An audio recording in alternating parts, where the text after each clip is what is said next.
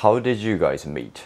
This is the question that I always notice asking other couples if I meet them for the first time. Each story that I hear is so unique because everyone meets their significant other in different ways and places. Also, the stories around the first impressions that they had towards each other, how the love grew from there, etc., are very meaningful, and I love it because I can hear different perspectives from two people. And it doesn't bore me like the questions about what you studied in school or what you majored in university, which the response tends to be like, I don't know. Speaking of which, my girlfriend Anna and I have been dating for more than a year, and I noticed that I hadn't made a video about how we met. So I would like to tell you guys the story of it today. Both of us were living in Japan by ourselves, and she was in a big city while I was in a rural place within the same prefecture. And what gave us the opportunity to meet each other despite living in two completely different locations was a dating app called Bumble. Thanks to this modern technology, I was able to meet this amazing person, and when I got matched with her and when I looked into the pictures on her profile, she looked so beautiful, and I was so excited to talk to her and hope that we would meet in the near future. Alright, Anna-san. So, how did you feel when we got matched, if you remember? When we matched on Bumble, yeah. I don't remember exactly how I felt when we got matched, but I remember how I felt when I saw your profile. And I really liked your smile. I think that's what I said. That was my first thing I said to you. Because on Bumble, the girls have to talk first, which is hard. And so I remember really liking your smile. You just looked very sweet and very genuine. And I liked seeing that you had lived in New Zealand, because that's something that's also important to me, is like living and experiencing other countries, because that's what I've done as well. So I just remember really liking your profile. To be honest, I can't remember how I felt when we matched, but I just thought, okay, let me just say what my first thought or my first feeling about you, and I liked your smile. I remember when I looked into her profile, it said that she came to Japan from the States, but was originally from South Africa. And to be honest, I wasn't sure what her accent was like until the day I met her. So my biggest concern at the time was that I wouldn't be able to understand her if she had a South African accent because I wasn't just familiar with it. So after a month of texting without calling or FaceTiming each other, we finally decided to meet on a Saturday. But the day came and she told me that she wasn't feeling well, so she wanted to postpone it, which made me think about Catfish for a second because I used to watch that reality TV show called Catfish, and somehow I made the connection between the TV show and my situation, if that makes sense. But my concern quickly became irrelevant as she postponed it to the day after. Then the day came, and the moment that I met her for the first time, I just couldn't believe how beautiful she was. Anna and I have been on dates with others whom we met online before, and it was funny that both of us have experienced a situation where meeting someone who looked nice in the pictures but looked quite different in real life, and it got us a bit disappointed. I'm sorry that I went off track a little bit, but my first impression of her was gorgeous. Then I started getting to know her by talking to her, and it became clear to me that she was astonishingly beautiful inside and out. As an introvert, talking to someone for the first time is always nerve-wracking. But with her, I felt really comfortable because the way that she was listening to me was so genuine, and it assured me that I didn't have to rush or try coming up with ways to impress her. I was just being myself, thanks to her. What was your first impression of me? When we met at Starbucks. I think I remember thinking you were very deep.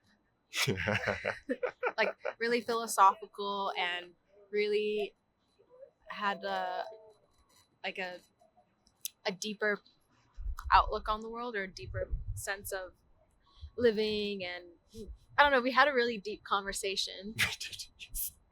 But I think also one of the things, I don't know if I've told you this either, but like I felt like you were very real. I think that was the biggest thing. It's just you were so different from anyone I had ever dated before. And I think what I mean by that is when I looked at you and was talking to you and I thought about you know, when you go on a first date with someone, you don't really know how it's going to pan out, but it always goes through your head of what if this works out and we start dating.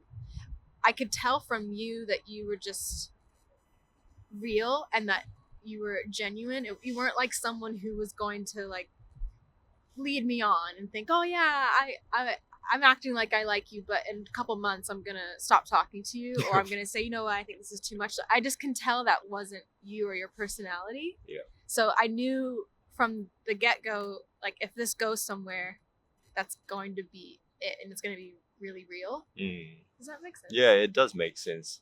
Like I would have never like led you on, if that's what you mean. Like if I didn't feel like, you know, there was a connection between us, then I would have been like, nah, I don't think we should continue. Yeah, and that's how I felt. Yeah. I could tell that you were that kind of person. Yeah. So I liked you for that a lot. And then I also thought that I wasn't deep enough for you.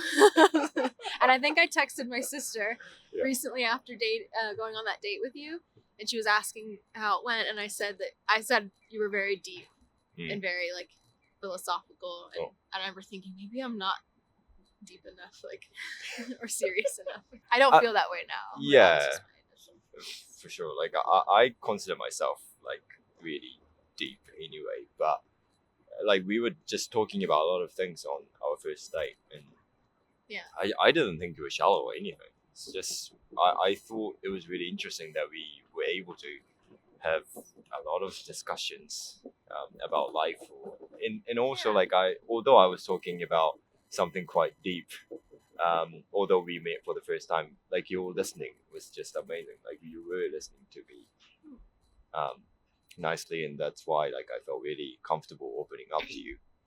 The fact that I was able to be that deep from our first meeting was all you, Anna. So yeah. Well, I don't mean that to say like you were really talking about really heavy things. I don't mean it like that. I mean more of you know, when you go on a first date with someone, it's really kind of small talk. Yeah. But we really kind of talked about life and our families and like, I don't know. So it was just more meaningful. Yeah. Which is good. Yeah. It's not a negative thing. Yeah. Thank you. Yeah. So, but I thought maybe you wouldn't like me. That was my afterwards. I'm like, maybe he won't think that I'm like interesting. Oh, nah, not at all. I really liked you from the beginning. Thank you.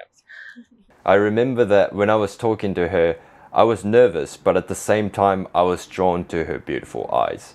I considered myself a good listener, but because her story about how she was born in South Africa, while her dad is from America and her mum is from Scotland, and they met in Abu Dhabi, etc., just was not something that I was able to get my head around while being mesmerized by her eyes. I must admit that it took me many dates after that to comprehend her story with her family, and this is the story of how we met. Although we didn't meet in the traditional way and may not have any magical or coincidental elements, I'm grateful that I could get to meet an amazing soul like Anna-san, whom I cherish, and she has been my partner and best friend for over a year. She encourages and supports me to be the best that I can be, and she taught me how easy it is to be in a relationship where we overcome challenges and celebrate our wins as a team. How we met taught me that it doesn't matter how we pursue happiness or contentment, nor how it happens. Just like societally, how our ultimate goal is to be happy and content in our lives. The important thing is that we are happy and content with where we are or who we surround ourselves with based on the choices that we make. Life is full of surprises, and no one is able to predict what is going to happen in a minute, let alone the future. This fact always reminds me of the importance of paying attention to what is happening right now, and I appreciate the time that I can get to spend with Anna and experience life together. That's the end of the video today. I hope you guys enjoyed this topic. If you like this video, please give this video a thumbs up, because when you hit the like button, the YouTube algorithm helps my channel grow and reach people who are interested in the topics that I discuss on my channel. If you haven't subscribed to my channel yet, please consider subscribing, and I'll just keep striving to create videos that are worth your time. If you have any questions or comments, please let me know in the comment section below, and I'll see you guys later. Bye!